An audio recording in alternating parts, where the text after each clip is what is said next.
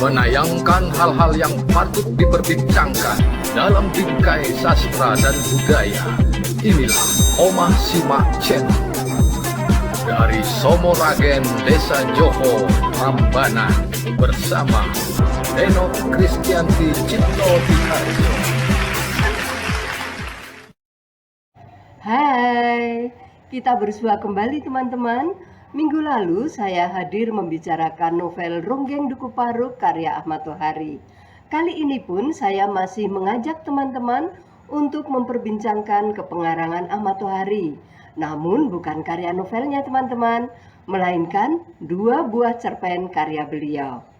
Teman-teman, karya Ahmad Tohari dalam bentuk cerpen sangat banyak dan sebagian telah dibukukan, antara lain dalam kumpulan cerpen Senyum Karyamin, Nyanyian Malam, Rusmi Ingin Pulang, dan Mata Yang Enak Dipandang. Yang akan kita bicarakan pada episode ini khusus cerpen yang terdapat dalam Mata Yang Enak Dipandang berjudul Bila Jebris Ada di Rumah Kami, dan satu lagi Pemandangan Perut. Teman-teman, cerpen Bila Jebris Ada di Rumah Kami membicarakan bagaimana masyarakat sering menghakimi orang lain. Dikisahkan dari sudut pandang orang ketiga, ada seorang wanita tunasusila bernama Jebris. Karena profesinya sebagai kupu-kupu malam, Jebris mendapat cibiran dan dikucilkan oleh warga di kampungnya. Oh ya, Jebris ini sudah punya anak teman-teman. Dia hidup bersama ayahnya yang sudah tua dan anak semata wayangnya.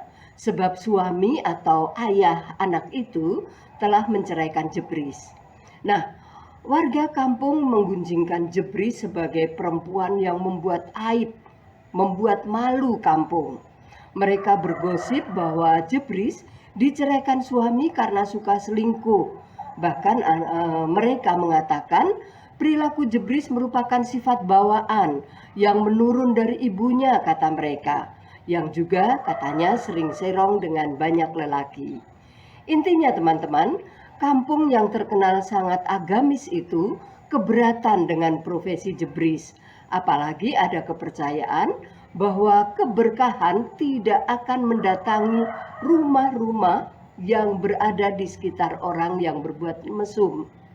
Para tetangga itu bergosip dan bergosip tanpa memberikan jalan keluar bagaimana Jebris harus mengatasi kesulitan hidupnya jika ia meninggalkan dunia malam. Hanya satu saja tetangga Jebris yang benar-benar peduli, yaitu Kang Ratib dan istrinya yang bernama Sar, yang kebetulan rumahnya sangat berdekatan dengan rumah Jebris. Jadi rumah mereka berada dalam satu halaman begitu ya teman-teman, hanya dipisahkan oleh sebuah surau. Nah, Kang Ratib ini digambarkan sebagai tokoh wirawan dalam cerpen. Dia adalah pemimpin surau itu. Tahu ya teman-teman, tokoh wirawan adalah tokoh yang memiliki keagungan hidup dalam dirinya. Dan dia berusaha mengejawantahkan pemikiran-pemikirannya yang mulia itu dalam tindakan-tindakan kesehariannya. Nah, Kang Ratib dan Sar sering memberikan beras dan bantuan lain pada Jebris, dengan harapan suatu hari Jebris dapat hidup normal seperti warga lainnya. Nah, sekarang pertanyaan kita, apakah harapan suami istri yang baik itu akan terwujud teman-teman?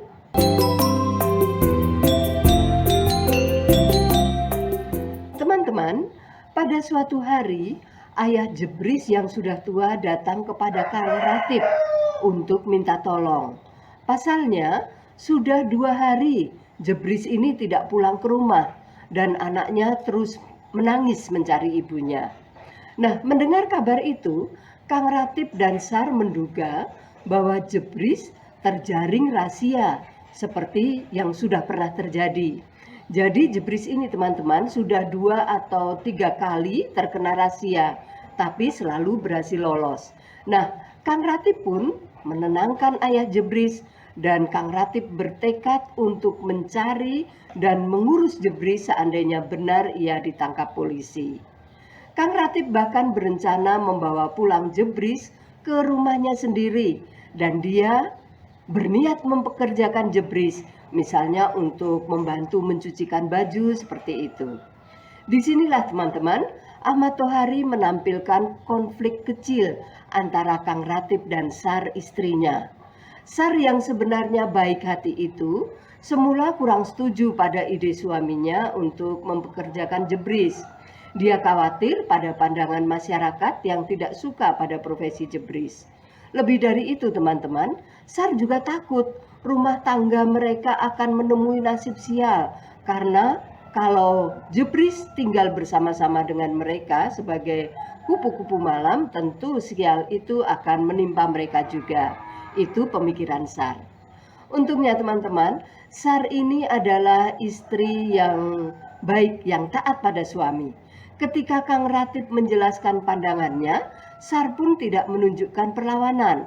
Kang Ratib mengatakan bahwa dalam memberikan pertolongan, seseorang harus benar-benar ikhlas. Tidak usah khawatir akan keberkahan atau tidak, sebab Tuhan Sang Pencipta pasti sudah tahu niat baik manusia. Begitu kira-kira kata Kang Ratib. Teman-teman, itulah yang dapat kita pelajari dari cerpen Bila Jebris Ada di Rumah Kami. Begitu banyak di antara kita yang hanya suka bergosip, menggosipkan keburukan orang lain tanpa keinginan memberikan solusi untuk mengangkat harkat orang yang bersangkutan. Ahmad Tohari seolah menyodorkan cermin di depan kita. Apakah kita ini termasuk seorang yang suka menghakimi keburukan orang lain dan tidak merasa bahwa diri sendiri juga memiliki kekurangan? Atau kita seorang yang rendah hati, yang mau belajar dari tokoh seperti Kang Ratib, yang tidak hanya menunjukkan simpati dan empati, tetapi secara konkret Kang Ratib mengulurkan tangan bagi orang-orang terbuang seperti Jebris. Cerpen kedua yang akan kita perbincangkan adalah cerpen unik Ahmad Tohari yang berjudul Pemandangan Perut. Cerpen ini mengisahkan tokoh bernama Sardupi yang hidup bersama ibunya yang sudah tua. Tidak seperti orang dewasa lain, Sardupi suka bermain dengan anak-anak. Kalaupun diajak berbicara oleh orang dewasa, ia lebih banyak menunduk serta tersenyum-senyum dan tertawa-tawa sendiri.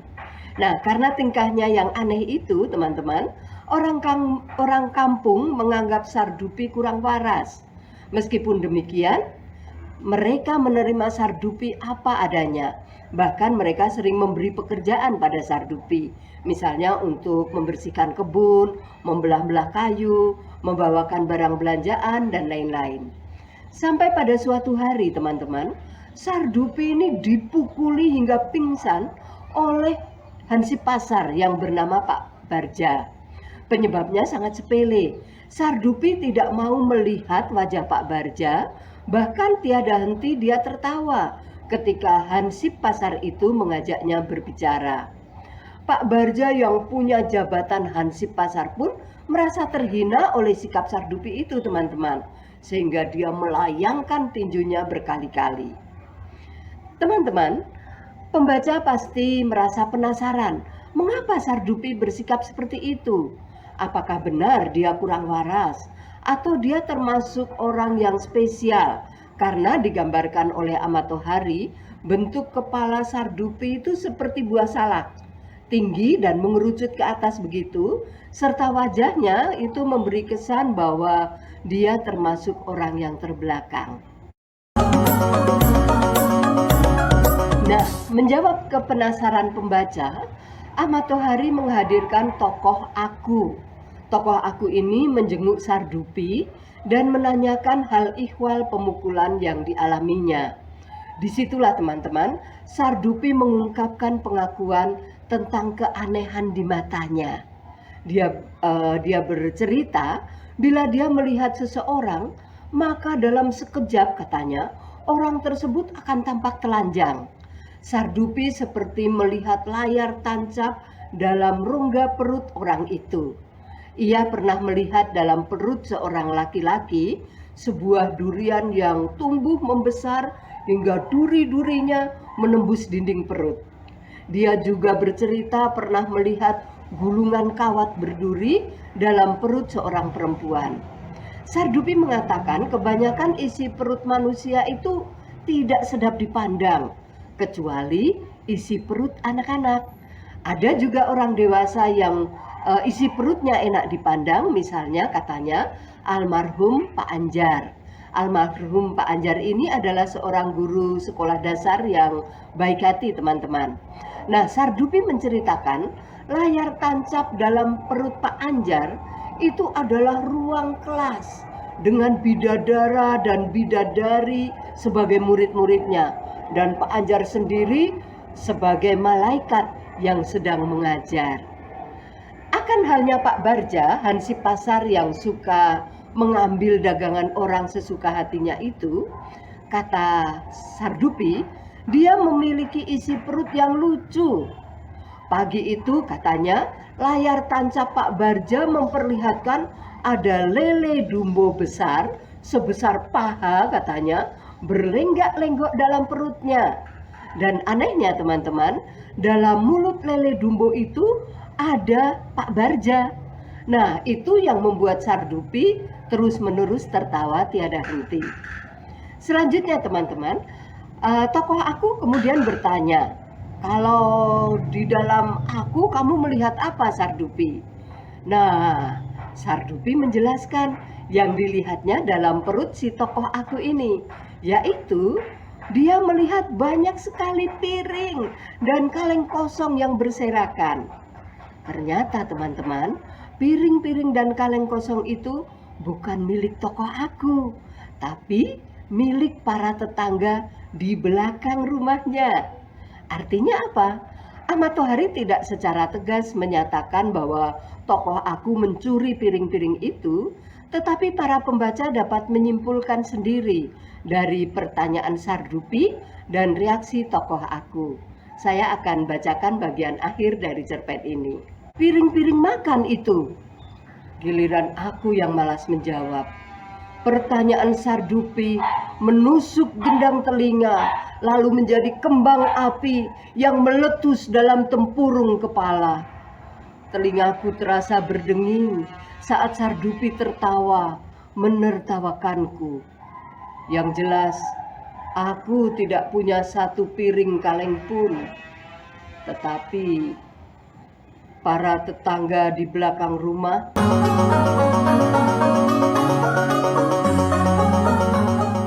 Nah teman-teman, melalui cerpen yang absurd ini, Ahmad Tohari sepertinya ingin menyampaikan bahwa penampilan luar seseorang seringkali berbeda dengan apa yang sesungguhnya ada dalam dirinya.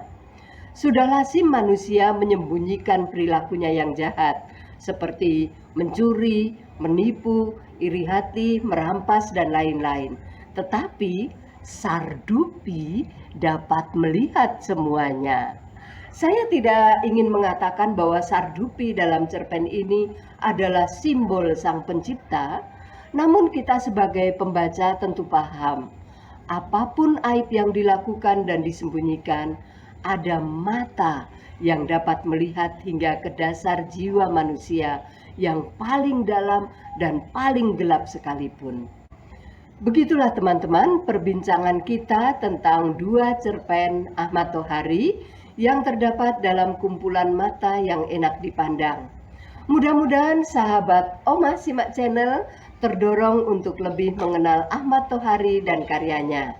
Yang dibicarakan dalam OSC hari ini hanya sebutir pasir di antara begitu banyak karya Ahmad Tohari. Jika karena tayangan ini teman-teman terdorong untuk membaca karya lain dari Ahmad Tohari, nah berburulah untuk mendapatkan bukunya. Sampai di sini perjumpaan kita teman-teman. Oma Simak Channel tetap mengharapkan support dari teman-teman semua. Yang belum subscribe, yuk subscribe dulu, like dan komentar juga dong. Dadah!